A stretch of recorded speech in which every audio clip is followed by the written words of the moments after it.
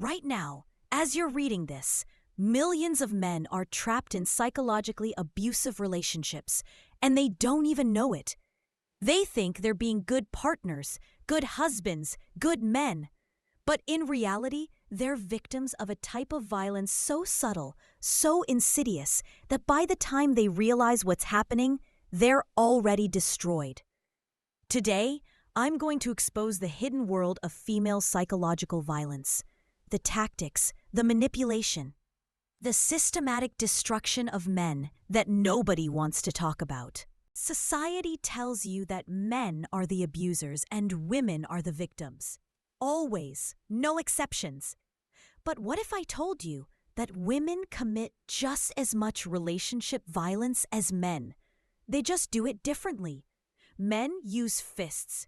Women use psychology. Men leave bruises on the body. Women leave scars on the soul. And guess which one is illegal? That's right, only the physical violence. A woman can psychologically torture you for decades, and nobody will believe you, help you, or even acknowledge it's happening. I'm about to share real cases that will make your blood run cold. These aren't weak men. These aren't losers. These are successful, strong men who got systematically broken down by masters of psychological warfare. And the most terrifying part? It probably started exactly like your relationship did. Sweet, caring, loving. That's how they get you. Let me tell you about this executive I consulted with. 60 years old, built a successful company, raised a family, thought he'd done everything right. His wife hasn't spoken to him in 3 years. Not a word. She lives in the same house, sleeps in the same bed, but treats him like he doesn't exist. He only leaves his room when she goes to work. He buys his food separately, eats alone, lives like a ghost in his own home, the house he paid for, the life he built. How did it start? She didn't like his friends.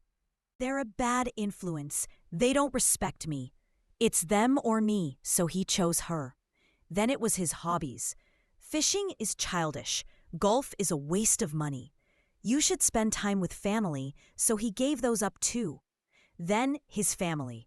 Your brother is toxic. Your mother doesn't like me. We need boundaries. Before he knew it, he had nobody left but her. And once she had him completely isolated, she stopped pretending to care. The sickest part, the house is in her name.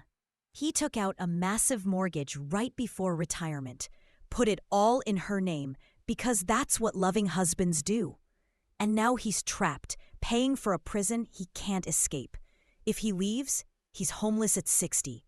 If he stays, he's dying inside. He hasn't had sex in over a decade. He hasn't had a conversation in 3 years. He's a broken man who built an empire but can't even eat dinner in his own kitchen. Here's what men don't understand about female violence. It's designed to be invisible. When a man hits a woman, everyone can see the bruise. When a woman destroys a man psychologically, nobody sees anything. She looks like a saint while you look crazy.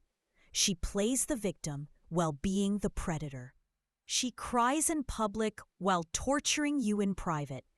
And if you ever react, if you ever raise your voice or punch a wall, suddenly you're the abuser, and she's proven right about you. Let me break down the weapons they use, because once you see them, you can't unsee them.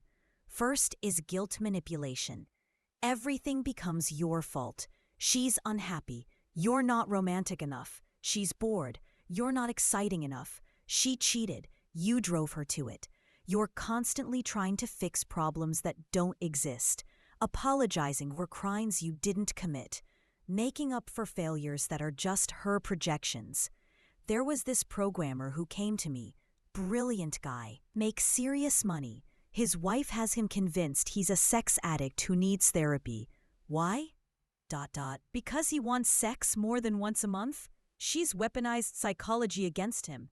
You're obsessed with sex. You only see me as an object. You need help.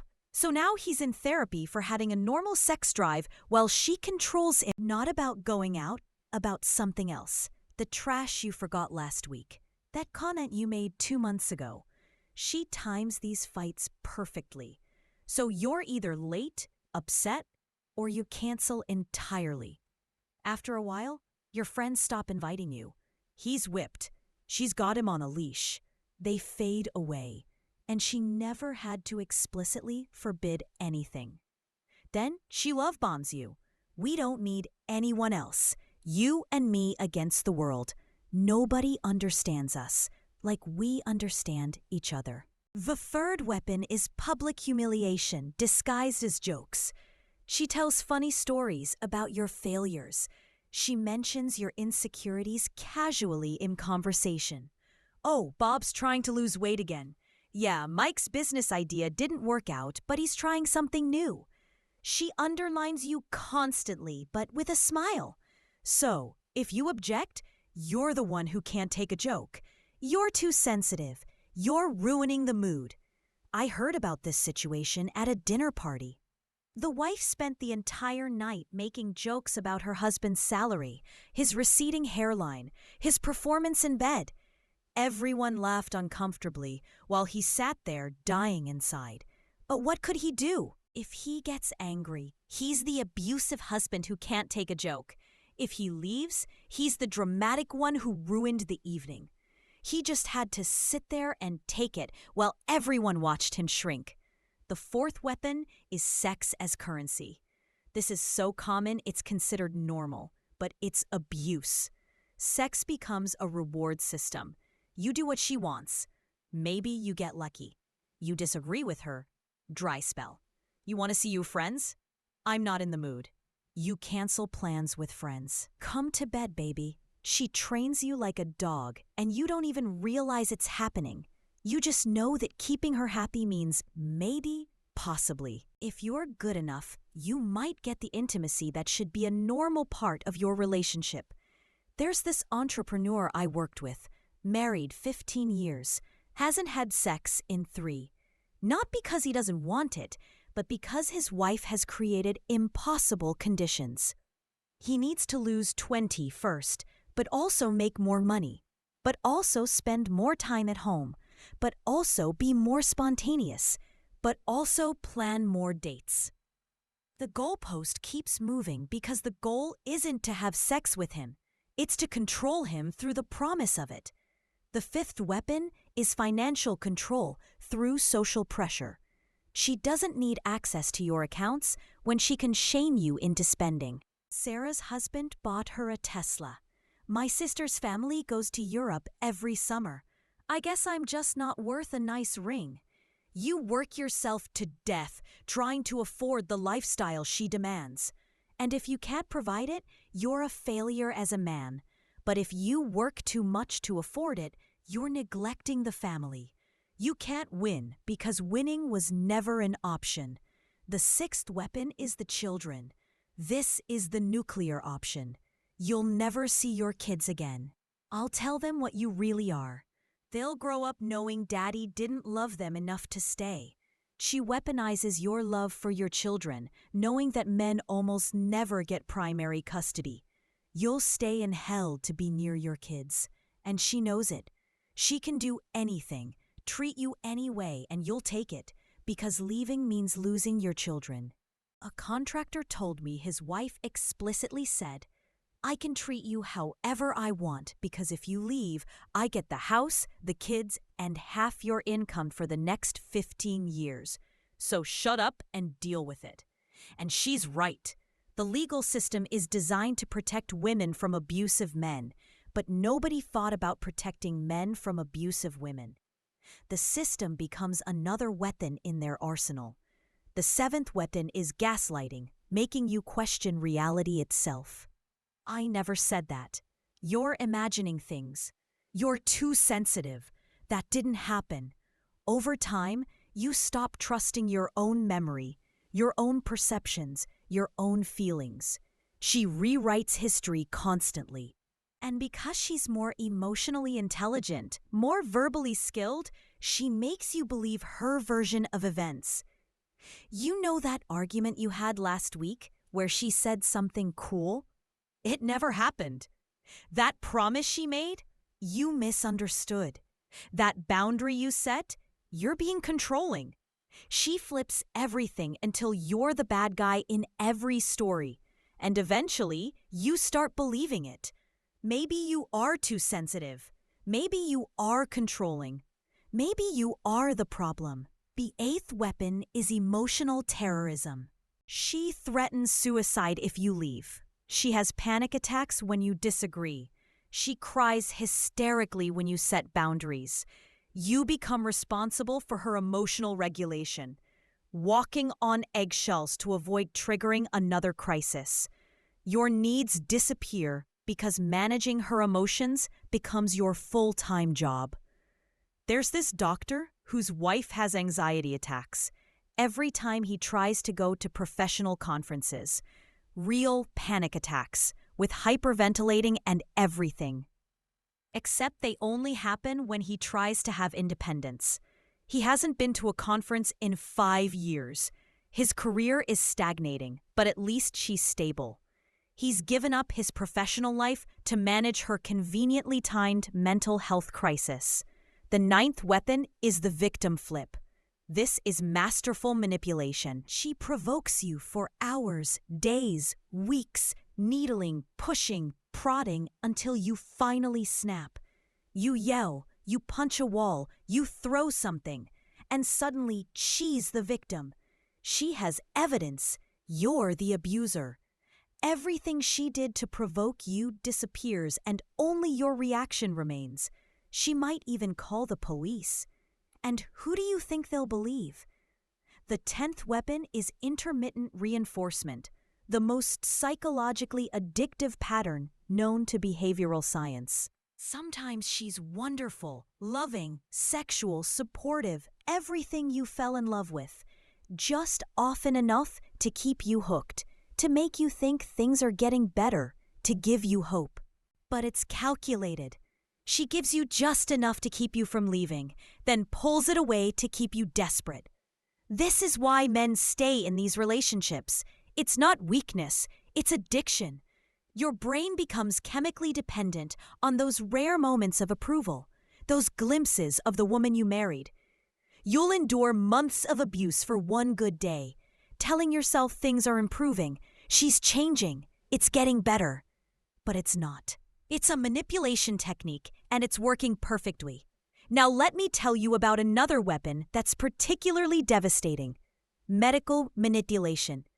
She develops mysterious illnesses that only flare up when you try to have independence or set boundaries. Suddenly, she has migraines when you want to visit your parents. She has stomach issues when your friends invite you out.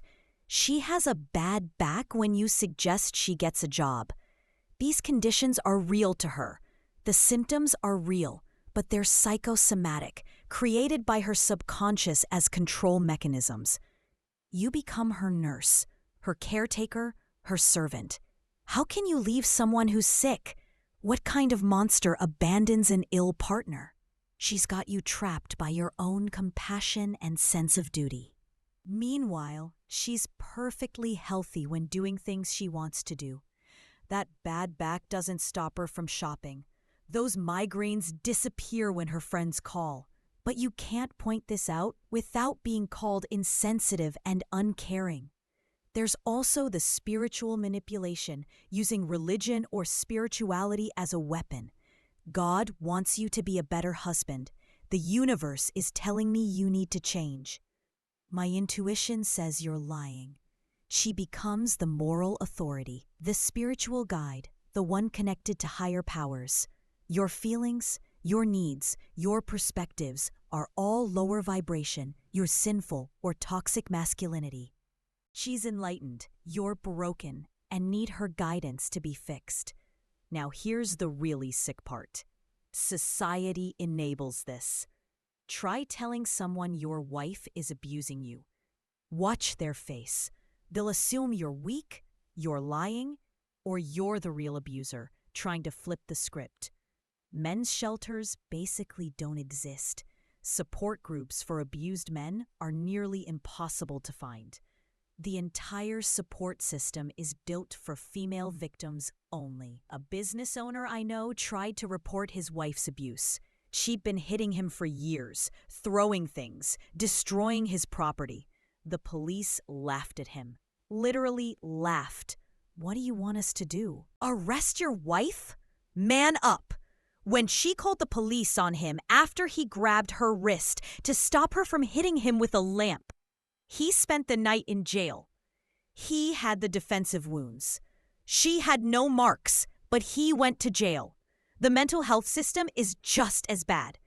Couples therapy becomes another venue for her manipulation. She charms the therapist, plays the victim, and suddenly, therapy is about fixing your anger issues and your control problems. You're not weak. You're not crazy. You're being systematically abused by someone who knows exactly what they're doing.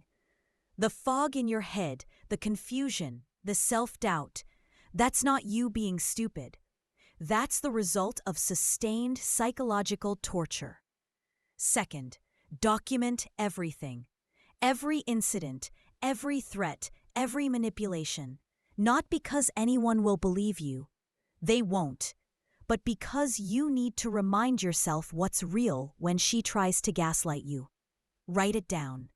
Email it to yourself. Create a record that she can't rewrite. Third, rebuild your support network in secret. She's isolated you for a reason. Other people are reality checks. Start reconnecting with old friends. Make new ones she doesn't know about. You need people who can remind you who you were before she broke you down. Fourth, get your finances in order quietly. Open a separate bank account she doesn't know about. Start saving. Document all assets. Prepare for war while hoping for peace. Because when you finally make your move, she'll try to destroy you financially. Fifth, understand that leaving might mean losing everything. Your house, your kids, your money, your reputation. She'll tell everyone you're an abuser. She'll turn your children against you. She'll take you for everything she can.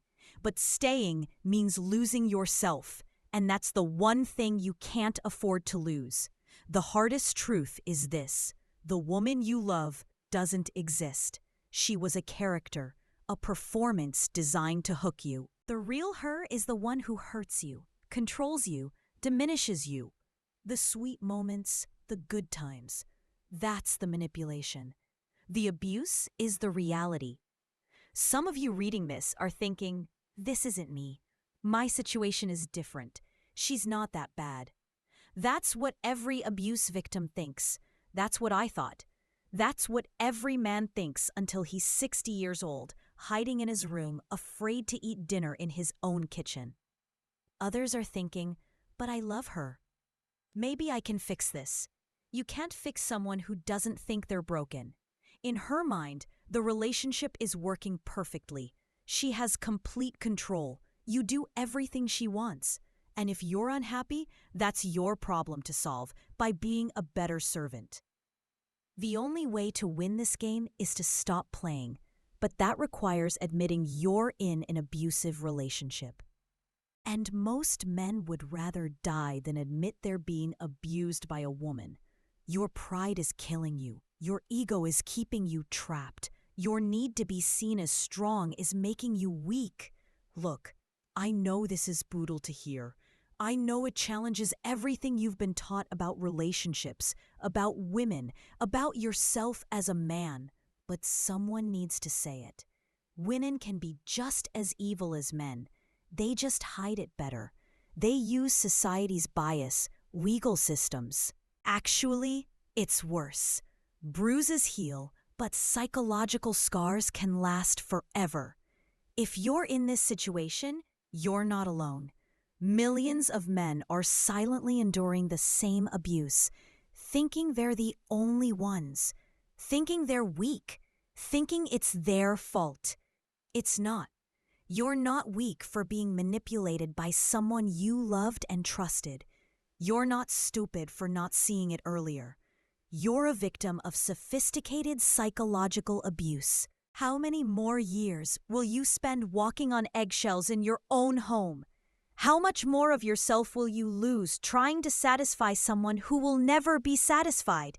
You have one life, one chance, and right now, you're spending it as a prisoner to someone who doesn't love you. They love controlling you. That's not a relationship. It's a hostage situation. And deep down, you know I'm right. The question is, what are you going to do about it? Most of you will do nothing. You'll finish reading this, feel a moment of recognition, maybe even anger, then go back to your cage. Because leaving is scary. Because starting over is hard. Because maybe it's not that bad. Because maybe tomorrow will be better. It won't be. Tomorrow will be exactly like today, and the day after, and the day after that, until you're that 60-year-old man eating alone in his room, wondering where his life went. But some of you, a few of you, will recognize this as your wake-up call. You'll realize you're not crazy, you're not alone, and you're not trapped. You'll start planning your escape. It will be the hardest thing you've ever done. You'll lose things you can't imagine losing, but you'll gain something priceless, yourself. The choice is yours. Stay in hell with the devil you know, or risk everything for a chance at freedom. Just remember, every day you stay is a day you can't get back. Every day you accept the abuse is a day you've chosen slavery over sovereignty. And one day, you'll run out of days. Stop letting her gaslight you into thinking you're the problem. Stop letting society shame you into silence. Stop letting fear keep you trapped. You deserve better. You deserve peace. You deserve respect. You deserve love that doesn't come with conditions, manipulation, and control. But you'll never get it as long as you stay with someone who sees your pain as their power. The clock is ticking, your life is passing, and she's counting on you being too scared, too tired, too broken to leave. Prove her wrong. Thank you all very much for watching.